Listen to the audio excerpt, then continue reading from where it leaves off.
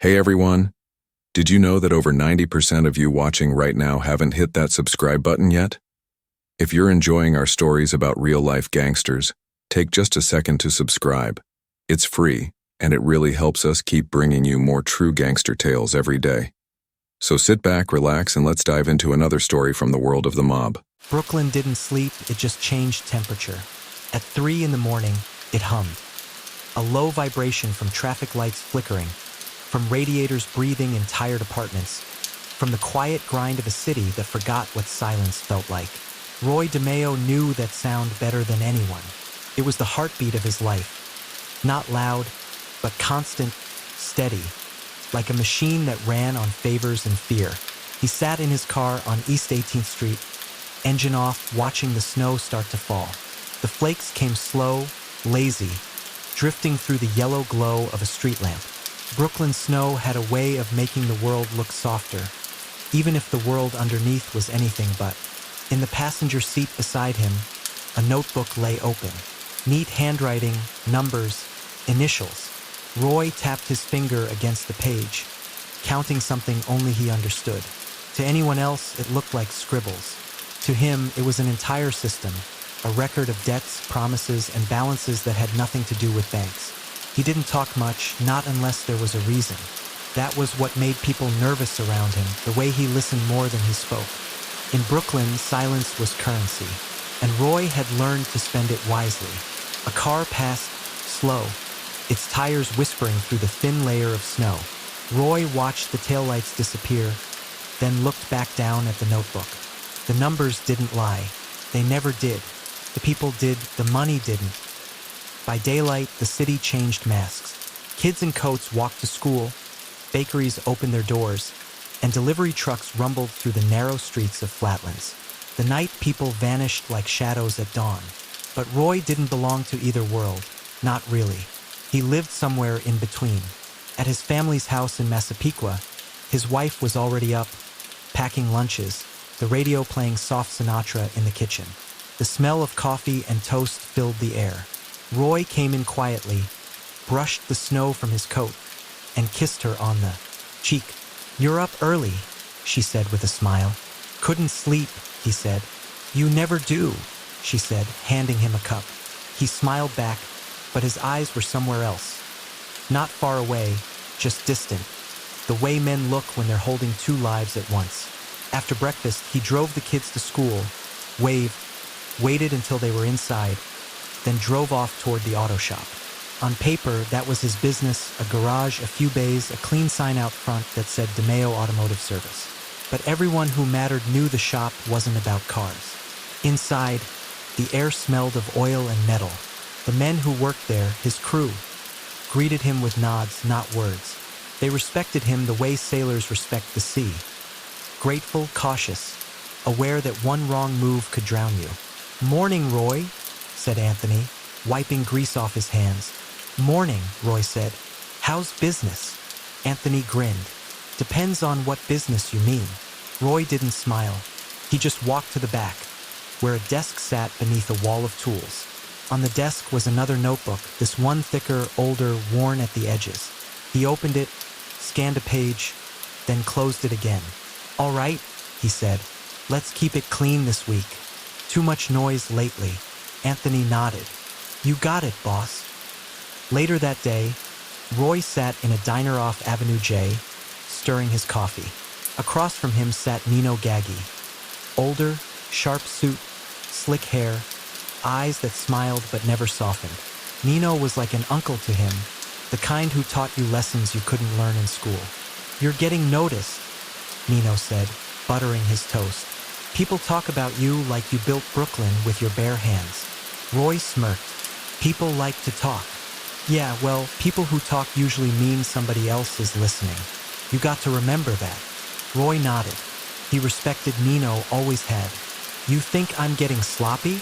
I think you're getting successful," Nino said. "And success looks the same as arrogance to the wrong eyes." Roy took a slow sip of coffee. "I don't do arrogant." "No," Nino said. "You do calm. That's worse. Calm scares people more than noise." They sat in silence for a while, the sound of clinking dishes and a jukebox playing quietly in the corner. Then Nino leaned forward. I got a meeting tomorrow night. Big one. People want to move money. They trust me, but they need someone who can handle the numbers without making a mess. Roy raised an eyebrow. You want me there? I want you running it, Nino said, but keep your name off it. Too many suits watching. Roy nodded slowly. You know me. Nino smiled, pushing his plate away. Yeah, that's what worries me. That night, the snow turned to rain.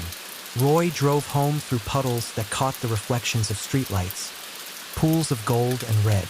The wipers kept time like a metronome. His mind was quiet, but underneath that quiet was calculation. Numbers, timing, names. He was good at order.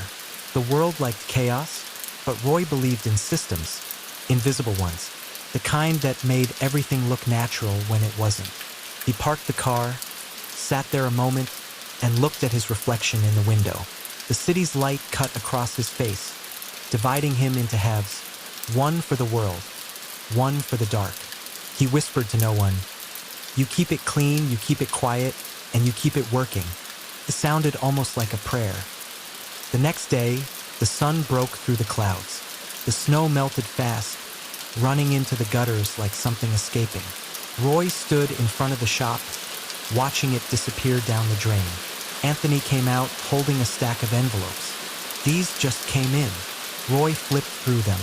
Numbers, payments, new faces. The network expanding again like it always did. You ever think it's too big? Anthony asked quietly. Roy looked at him. Too big means too many eyes. That's why we keep it small. Anthony frowned. This doesn't look small anymore. Roy closed the envelopes and handed them back. Then make it look smaller. That evening, Nino called again. His voice on the phone was calm, but Roy could hear the tension hiding under it. Tomorrow night, Roy, 9 o'clock, Brooklyn Marina. Bring your book, and bring that calm of yours. Roy hung up, walked to the window, and looked out at the dark. The city lights blinked in rhythm, the same rhythm he'd lived by for years. Steady, predictable, and quietly dangerous. He smiled, faint and tired, and whispered, All right, let's see who's watching this time. The night hummed back, indifferent and alive. The marina at night had a different kind of quiet, the kind that came from water learning to keep secrets. Pilings creaked. Ropes murmured against cleats. Masts ticked like clocks. A lone gull barked out over Sheepshead Bay and then thought better of it. Roy DeMeo liked this kind of quiet. You could hear your own math. He parked where the sodium lights threw long gold ladders across the puddles and walked the dock with his shoulders relaxed and his hands empty. Cold slid under the collar of his coat and settled along his spine. Ahead, a cabin cruiser rocked softly. Cabin light on.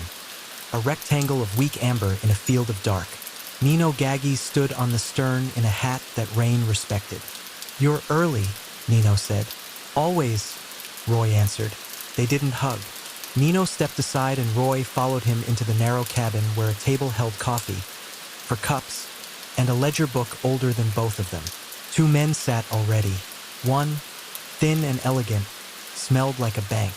The other had a dockworker's hands and a salesman's smile. Numbers and muscle, the old two-piece suit of New York business. Nino did the names like rosary beads. Roy, he said, as if that one word were a resume. To the others, he keeps score better than anyone I've ever met. If you want your sleep, you want him. The banker nodded. We're interested in a distribution of risk. Diversification, said the dockworker, proud to borrow the banker's words. Roy set his little notebook on the table and didn't open it yet. Before we distribute anything, he said, we define it. Money's like water. You pour it where the ground is right, it disappears and the grass gets green. You pour it on stone, it sits and stinks. The banker's mouth tugged toward a smile. And what, Mr. DeMeo, is the right ground? Honest businesses that can't get honest loans, Roy said. Cash heavy, boring, the kind nobody brags about at dinner. He finally opened the notebook. Columns, dates, initials. a cartographer mapping currents. 3 car washes, 2 laundromats, 1 vending route, 1 night distribution outfit that smells like bread and looks like flour. Nino sipped coffee. He let Roy run the room. The dock worker leaned in, eyes bright. We could go bigger. Clubs, Flash, people like Flash. Flash is a lie you have to keep telling, Roy said. I prefer truths so dull they put auditors to sleep. The banker nodded once, slowly. Terms. Roy ran through them like he was reading tide tables. Percentages that didn't bleed, timelines that anticipated nosy months, buffers for gossip. No threats, no boasts. Everything sounded like weather and calendars. By the time he finished, the cabin had warmed. Even the boat seemed to settle on the plan. The dock worker looked almost disappointed. So we just collect? No new money in, no new friends. New friends, Roy said softly, are the most expensive thing you can buy. They signed what could be signed and memorized what could not. Nino closed the ledger, satisfied. Simple, he said. Always, Roy replied. They stepped back onto the stern. The bay had gone from iron to ink. Somewhere, a siren yawned in the distance and gave up. The banker offered Roy a hand as a kind of salute. You make crime sound like accounting, he said. Roy's eyes didn't change. I make accounting sound like survival. The men went their ways, their footsteps starting the dock's old. Rhythms again. Nino stayed, hat tipped back now, face turned toward the water. You feel that? He asked. The cold, Roy said. The eyes, Nino answered. Someone's been learning our routes. Maybe they don't know what they're seeing yet, but they're looking. Roy followed the reflections out to where darkness swallowed them. Then we'll change the picture. How? We'll keep the frame and paint different colors, Roy said. Same shapes, new names. Nino smiled. This is why I worry about you. You make the complicated look simple, and simple men get jealous. They can be jealous in line, Roy said. They parted with a nod that meant more than signatures. Roy walked the dock back toward his car, boots finding all the old squeaks. At the end of the pier, a sedan idled where it shouldn't. Windows fogged. He didn't slow. He noted the plate. He noted the sticker on the bumper from a precinct picnic 3 summers old. He noted the way the exhaust hissed, slightly irregular, like a smoker clearing a throat. Then he passed without turning his head, as if he were late to nothing. On Ocean Parkway, the city changed masks again. A diner's neon hissed open like a snake. A bus knelt to let a nurse off. A couple argued softly over a grocery bag that had ripped at the bottom. Oranges rolled away into small destinies. Roy drove through it all, easing into the lane that always moved one car faster than the rest. He liked to arrive one heartbeat before the world expected him. At the shop, he buttoned the night behind him and let the morning pretend to start fresh. Coffee. The newspaper folded to local pages. Anthony shuffled in with cold on his cheeks and the hopeful face of a man who hadn't yet learned to fear routine. How was it? Anthony asked. Like church, Roy said. We passed the plate. Nobody looked guilty. Anthony grinned, then sobered. Those guys from the marina gonna keep their word? Men keep their word when the math makes it cheaper than lying, Roy said. Our job is to keep it cheap. By mid-morning, the day had the smell of snow again, even though the sky was just a dull bruise. Roy went through his rounds. Small palms to press, small fires to tamp. A butcher who paid late because his daughter's tuition came due. A bookkeeper who needed to be reminded that columns were for truth, margins for fiction. An old lady who lived above the shop and believed all the boys worked nights as paramedics. He carried her groceries up the stairs and fixed the latch on her window without being asked. You're a good boy, she said, the word boy heavy with decades. I balance my books, Roy said, and took the empty bag quietly. After lunch, the other life tapped on the glass. The sedan from the marina sat across the street, a new parking ticket folding itself in the wiper. 2 men inside pretended to argue about a map. Roy walked out, crossed the street, and knocked on their window like a neighbor asking after a loaned rake. You're lost, he said pleasantly. The driver rolled down the window halfway. The air inside smelled like coffee that had learned to hate itself. "No, no, we're fine," he said. "You're lost?" Roy repeated, same tone, same smile. "If you weren't, you'd be anywhere else." A beat. The passenger looked at the driver. The driver looked at Roy's shoes, which were clean enough to make a priest apologize. "We're looking for Avenue L," the driver said finally. Roy pointed with 2 fingers, like a polite usher. 2 lights, left, 3 blocks. Then don't come back. They left, which was an answer he could use. He slipped the ticket from the wiper as they pulled away and slid it into his pocket. Unpaid tickets told stories. He liked stories from honest clerks. Evening settled early, the sky closing like a drawer. Nino called. "You still calm?" "I'm buying stamps," Roy said. "Calm enough to mail." "Good, because there's chatter. Someone from uptown thinks they can move into our little laundromat toy. They think it's unguarded. They think you are a rumor." "Let them think," Roy said. "By the time they finish the sentence, the period will be gone." "How do you make threats sound like bedtime?" Nino asked. "I don't make threats," Roy said. "I make calendars." He hung up and drove to a family thing in Massapequa because calendars also held birthdays. The kitchen was steam and laughter and aluminum trays that promised heartburn and forgiveness. His wife kissed him quick and whispered, "You look tired." He said he wasn't. He never said when he was. His brother-in-law tried a joke about cold weather and hot tempers.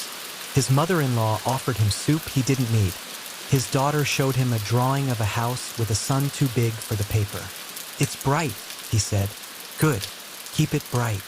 He put the picture in his coat pocket like a talisman or a ledger square that money couldn't touch.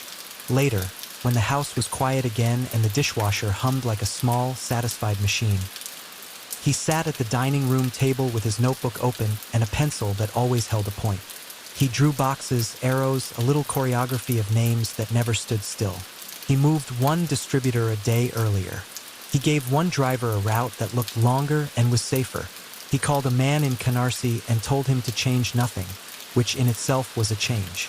The work felt like tuning a piano someone else had been banging on. Sometime after midnight, the phone rang once, Nino's signal. Roy picked up and said nothing. "New name," Nino breathed. "A detective Marola. He's bothering people with questions he didn't write." "That sedan?" "His city boys lending him to someone who speaks federal." Roy closed his eyes and saw the plate again, the parking ticket curling like a dry leaf. "I'll send him directions to Avenue L," he said. He slept 2 hours. It was enough. The morning had teeth, the kind that pinch you awake. He met Anthony at the shop before sunrise and walked him through inventory, like a teacher who cared. "No duplicates on paper," Roy said. "Twins in a ledger tell strangers the same bedtime story." Anthony nodded, then hesitated. "Boss, why do we do it like this? So clean." "Because the world is dirty," Roy said. "Somebody has to be the mop." At noon, the dock worker from the boat called with panic threaded through his breezy tone. "They're asking for more detail. The banker's skittish." "Skittish keeps him alive," Roy said. "Tell him to be skittish and on time. We'll build him a smaller doorway." "How?" "We'll make the big numbers look like many small ones," Roy said. "Like rain. No one audits rain." By dusk, the marina was just a dark stamp on the edge of the city again. Roy didn't go back. He drove instead to an old car wash he'd loved for the discipline of its brushes. From the office, he watched people buy 5 minutes of cleanliness and pretend it lasted longer. The manager brought him a paper cup of bad coffee and gratitude. "The new guy came by," he said. "The detective. He asked if we ever saw you." "What did you say?" "I said we saw you by tokens like everybody else." "Good answer," Roy said, and dropped a roll of quarters on the desk for the till. The manager would report that to nobody, which was the point. Snow started again as Roy headed home. Big, slow flakes like confetti after a respectable parade. Brooklyn tried on innocence and wore it badly. At a red light, 2 boys on a corner practiced tossing a football into a trash can. They missed and hooped anyway. Roy watched them and counted 3 heartbeats before the light turned green. Felt like winning. At his porch he paused, listening for anything that didn't belong. Only the usual orchestra, radiators, wind, the far complaint of an elevated train. He stepped inside, hung his coat, placed his daughter's son drawing on the fridge with a magnet shaped like a slice of pizza. Then he sat at the kitchen table with his notebook and wrote one clean line. Asterisk, keep the noise where noise belongs. Asterisk. He underlined it once. He closed the book. He let the house hold him. Outside, the city kept humming, the marina, the diner, the car wash, the men in sedans with government breath. Somewhere, Detective Merola stared at a parking ticket and tried to read the story it wasn't telling. Somewhere else, the banker slept because the math told him he could. And on East 18th Street, a man who believed in calendars more than crowns counted to 3 before turning out the light. Tomorrow would need new boxes and a fresh pencil. Tomorrow, someone would try to be flash, and someone would try to be brave, and someone would confuse both for smart. Roy would be early, carry nothing he couldn't explain, and leave footprints only where snow learned to cover them fast. Between then and now, the city breathed. Water tapped the hulls in the marina. The pilings creaked. Ropes murmured. And the math held. For one more night, the math held. The winter deepened, and Brooklyn put on its hard face again. The snow had melted to gray slush that clung to shoes and promises alike, and even the air seemed impatient. Too many people trying to move through it at once. Roy DeMeo sat in his car outside the diner where he met Nino every other morning, the engine humming softly under his hand. He didn't like running late, but lately time had started running tricks on him. He lit a cigarette, the first drag curling white in the cold. He wasn't nervous, not exactly. He just knew that things were getting bigger than they were supposed to, bigger than he'd planned. When he went inside, Nino was already there, in the corner booth, a cup of coffee and 2 newspapers spread out like shields. "Morning," Roy said, sliding in. Nino didn't look up. "You ever feel the city watching you?" Roy smirked. "Only when I'm not looking back." Nino's fingers tapped against the table. "These reporters, they don't quit. They're writing about missing cars, missing people, missing scents. Every time something disappears, they say your name without saying it. That's the trick with names," Roy said quietly. "You make 'em so common they stop meaning anything." Nino leaned in. "You're good, Roy. Maybe too good. You keep everything running too clean. Makes people think there's something you don't want them to see." Roy's eyes didn't flinch. "There's always something they don't need to see." The waitress came by, poured coffee, smiled the way locals do when they've stopped asking questions. Nino took a sip and said, "There's talk about a promotion, a seat open uptown." Roy raised an eyebrow. "And you want me to take it?" "I want you to think about it." Roy looked out the window. "I've been thinking about it. I like it here. I know the rhythm. Uptown's a different song." Nino sighed. "Maybe, but sometimes you don't get to pick the music." Later that day, Roy walked the long way back to the shop, the kind of walk that let you measure your city. Kids throwing snowballs near the schoolyard. Men smoking outside the butcher shop. The old guy selling roasted chestnuts on the corner like it was still 1940. Brooklyn had a heartbeat that didn't care about headlines. Inside the garage, Anthony was under the hood of a car. The radio turned low. He looked up when Roy came in. "Hey boss, you see the paper? They're saying the cops are putting together some kind of task force. Like the old days." Roy wiped his hands on a rag, slow. The old days never left. They just learned new names. Anthony looked worried. "Think they'll come here?" "They always come here," Roy said. "It's their exercise." He glanced at the clipboard on the wall, checked a few notes, then said, "Tell the boys to keep their books clean. No cash sitting, no stories walking." "Got it," Anthony said. Roy paused. "And Tony Romano?" Anthony hesitated. "He's been around less. Says he's got side work." Roy nodded once. "Side work's how people lose balance." That evening, Roy stopped at a quiet bar off Flatbush Avenue. The place smelled like wet coats and old beer, but it was the kind of spot where words stayed between walls. He slid onto a stool, ordered a whiskey, and sat there long enough for the silence to feel comfortable. A man took the seat beside him. Tall, slick hair, new suit. The kind of guy who thought the city was a movie he could rewrite. "Mr. DeMeo," he said with a smile. "Pleasure. Name's Frank. I hear you're the man who makes things happen." Roy didn't look at him. "Depends what you want to happen."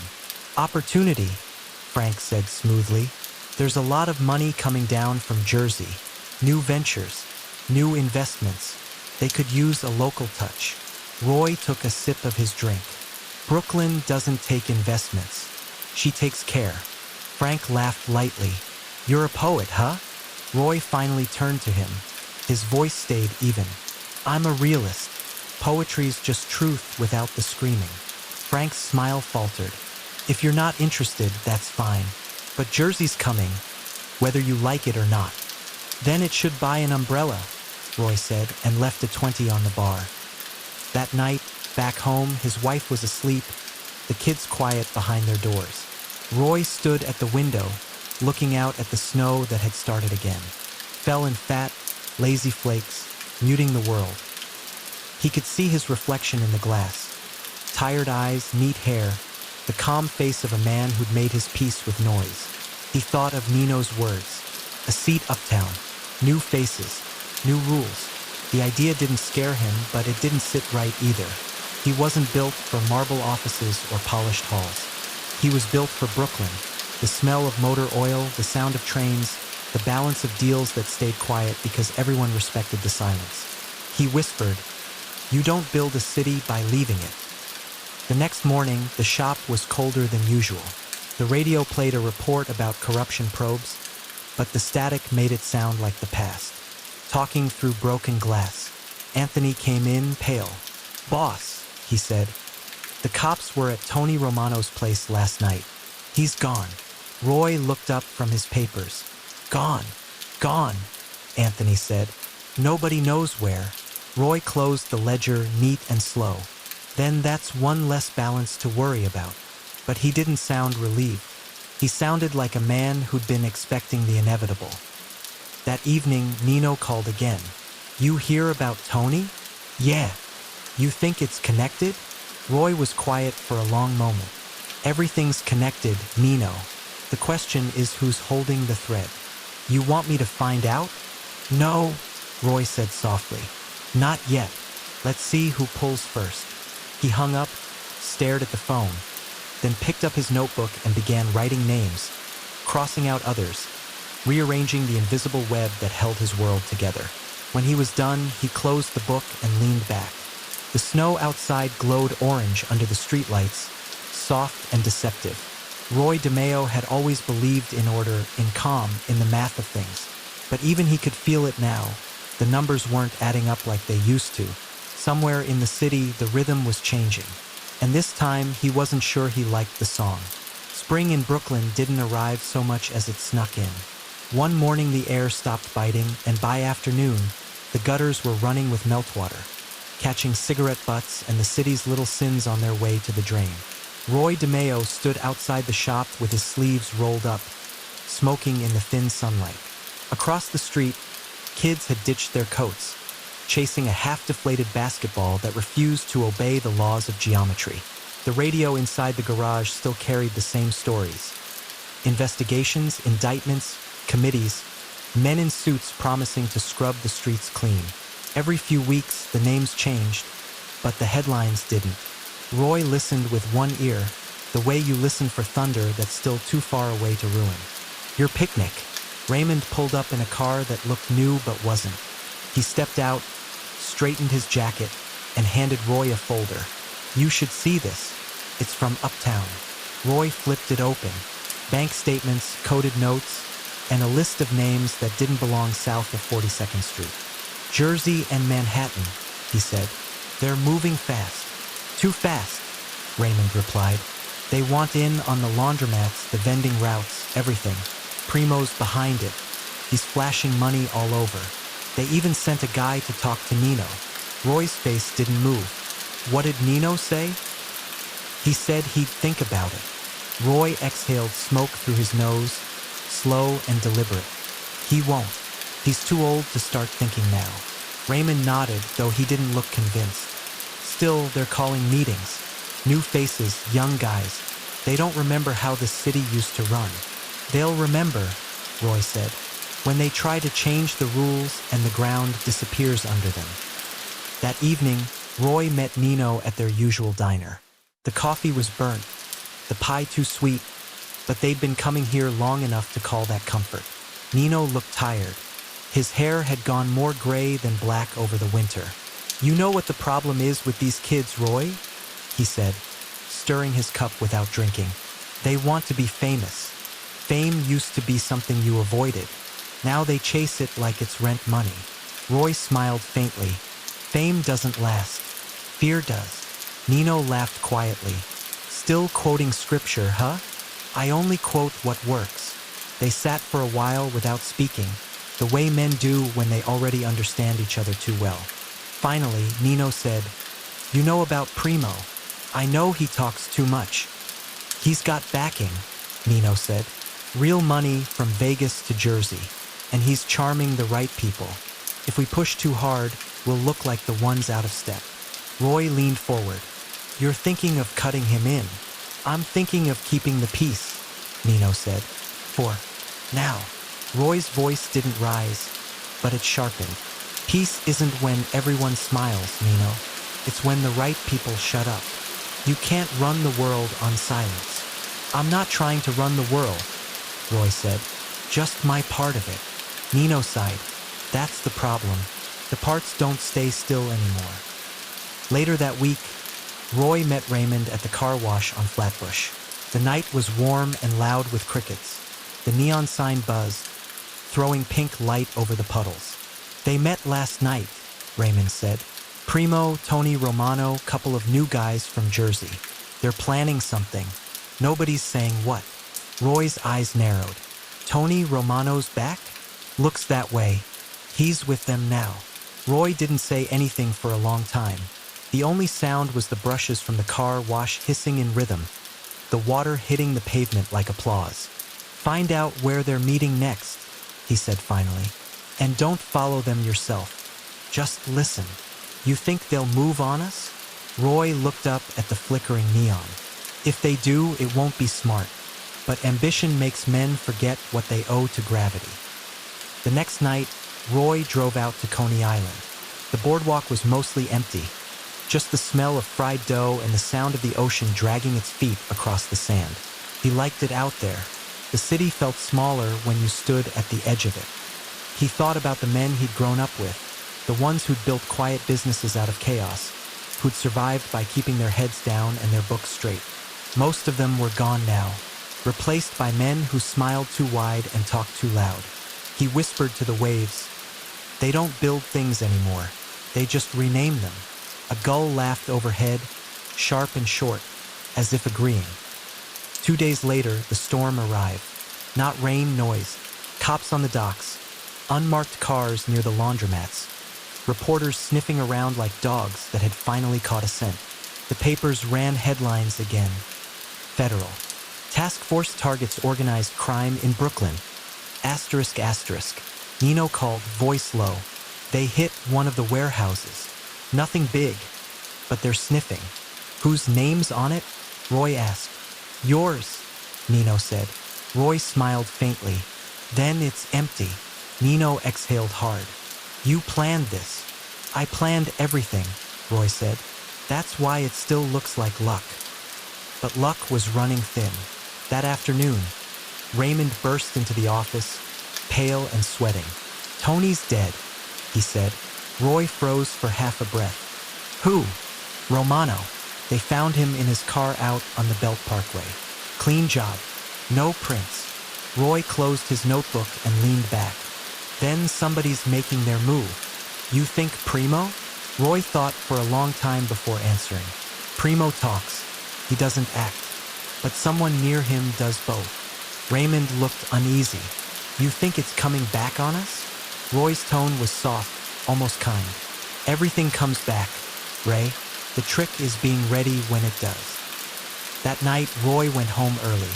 His wife noticed immediately. You're quiet, she said. I'm listening, he said. To what? The city, he said. It's changing key again. She didn't understand, but she didn't press him either. After she went to bed, he stepped out onto the porch, the night air warm and heavy. He pulled out his notebook, flipped to a clean page, and wrote just one line. When men stop fearing mistakes, they start making them.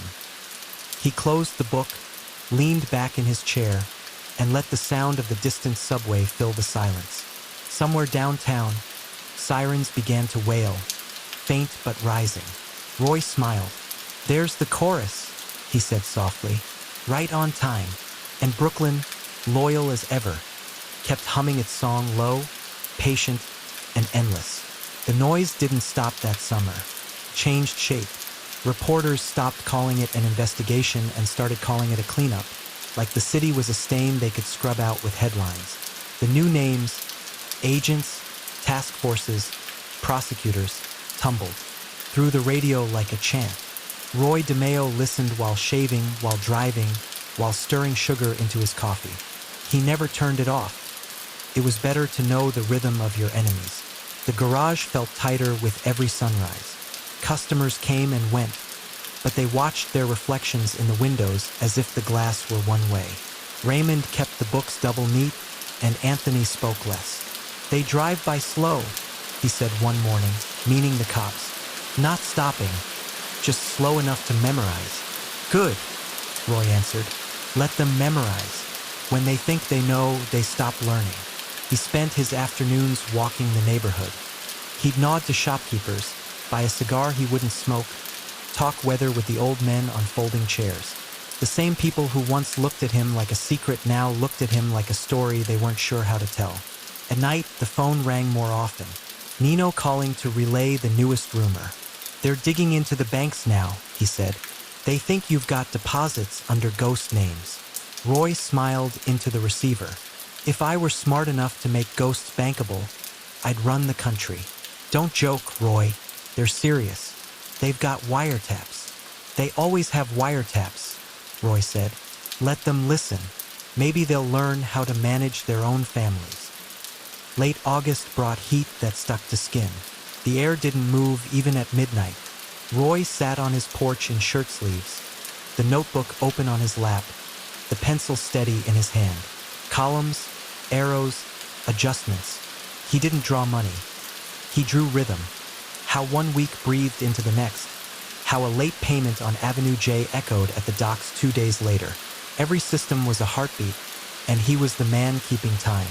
Headlights turned into the driveway. Raymond again, hair damp, shirt clinging. Boss, you better come see this. They drove to the edge of the neighborhood where a small grocery had burned. The fire trucks were gone, but the smoke still smelled angry. Accident, the fireman said, but Raymond shook his head. Insurance, he whispered. Primo's boys bought it last month. Roy watched the ash drift across the streetlights. They're sending a message, he said. What do we do? Nothing. Nothing. Fire eats its own fuel, Ray. Let them burn their pockets before we open ours. He turned back toward the car. The smell of char clung to him the rest of the night. 2 weeks later, Nino called with a tone Roy hadn't heard before. Something close to fear.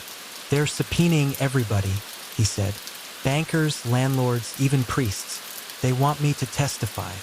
You won't, Roy said. They can force it. Then go up there and forget English. Nino laughed weakly. That worked for my uncle. Different time, though. Roy's voice softened. Times don't change, just names. They still want applause more than answers. Silence stretched. Nino finally said, Be careful, kid. They're making you the headline. Roy hung up without promising anything. He wasn't the kind of man who made promises he didn't intend to keep. The city changed moods again in September. Cooler air, sharper shadows. The same men who'd chased glory all summer started talking about quiet money, safe places, exits. Raymond brought rumors like offerings. Someone flipped, someone ran, someone disappeared. Roy listened to them all and changed nothing. One night, he walked to the water. The tide was low, the smell thick and metallic. He stood there for a long while, jacket collar up, the notebook still in his hand. He wasn't writing now, just turning pages.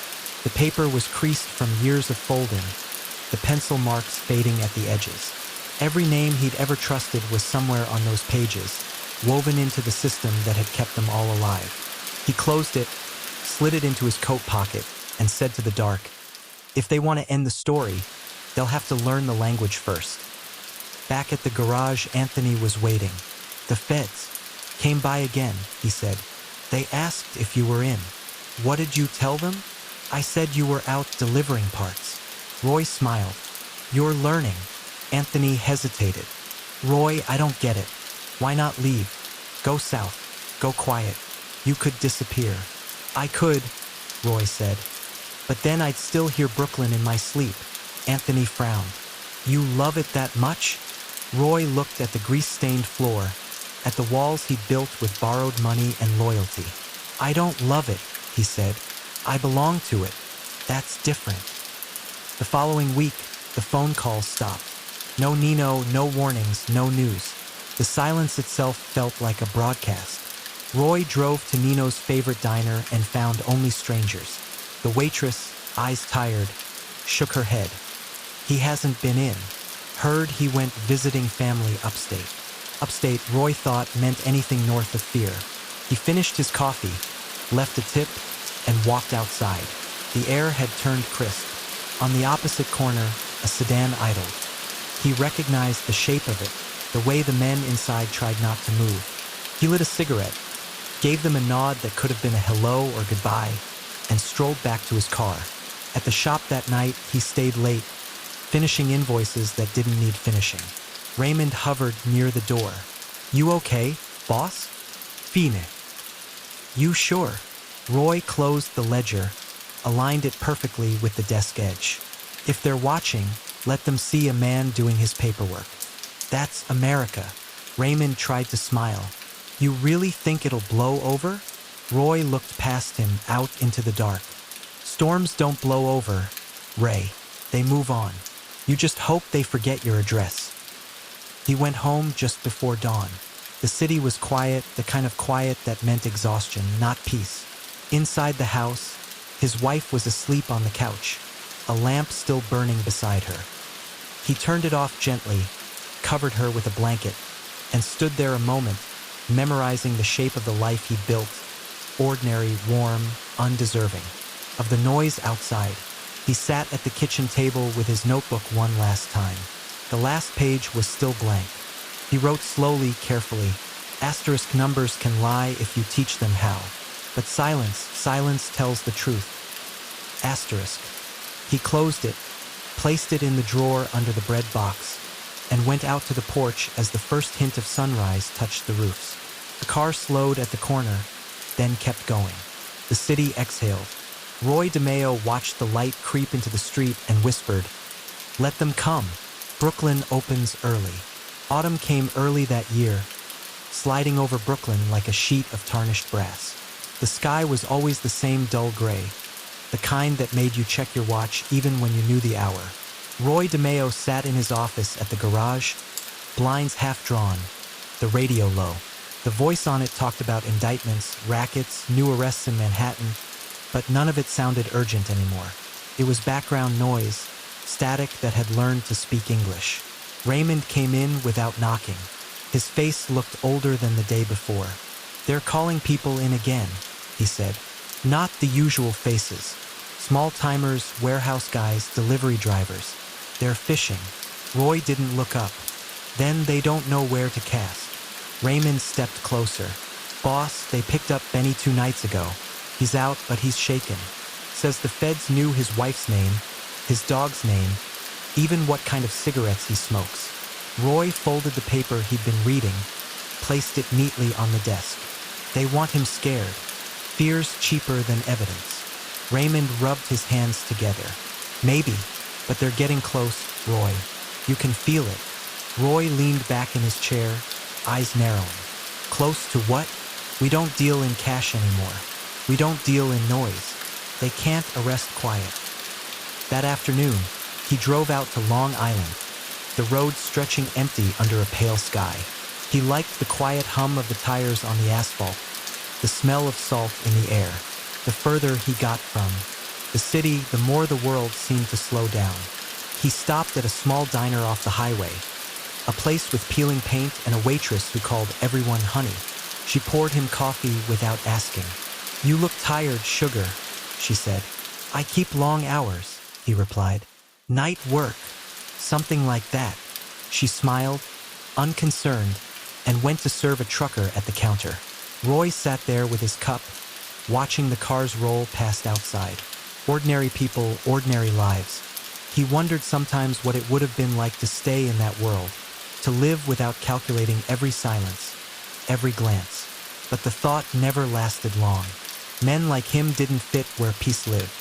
When he returned to the car, the sun was setting over the water, and the light painted everything gold. For a second, it almost looked like forgiveness. That night, the phone rang.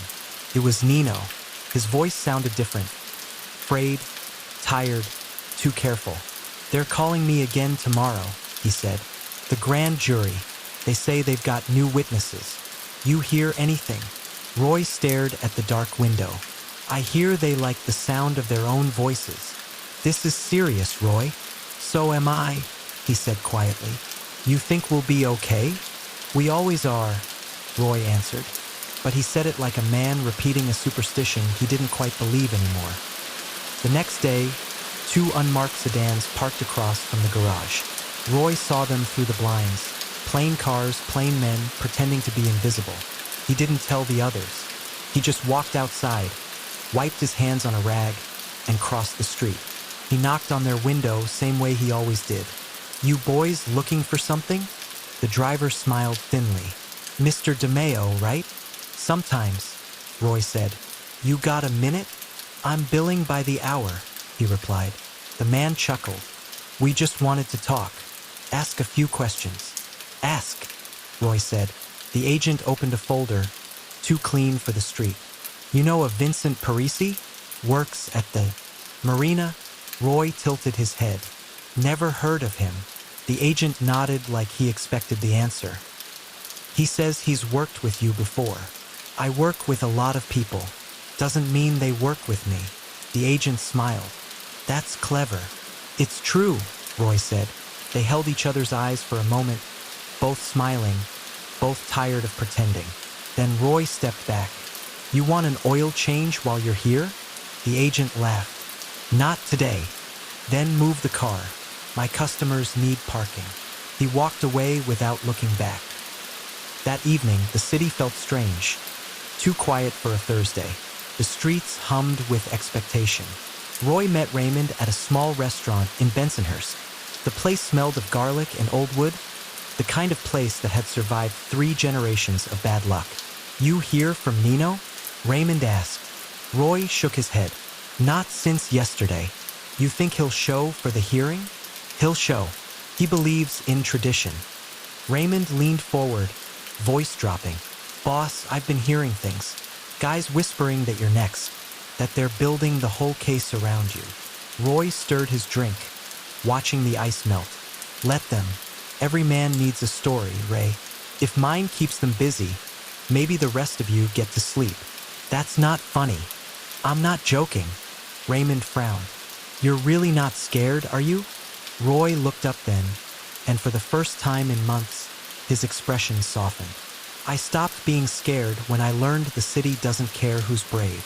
They sat in silence after that, listening to the rain tapping the windows. When Roy got home, his wife was waiting. "The kids are asking why you're never home anymore," she said quietly. He took off his coat, draped it over the chair.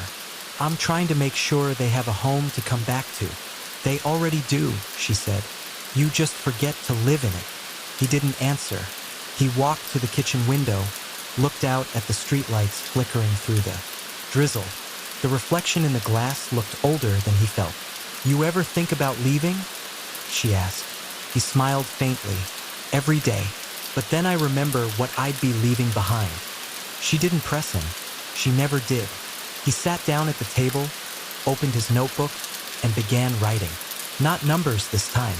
Just words. Short, sharp, almost like a poem. Asterisk, every shadow has its own gravity. Every silence has a price. Asterisk. He closed the book, placed his hand on top of it, and listened to the rain fall heavier against the window. The city outside was breathing again, slow and deliberate. Somewhere out there, men were planning, guessing, waiting.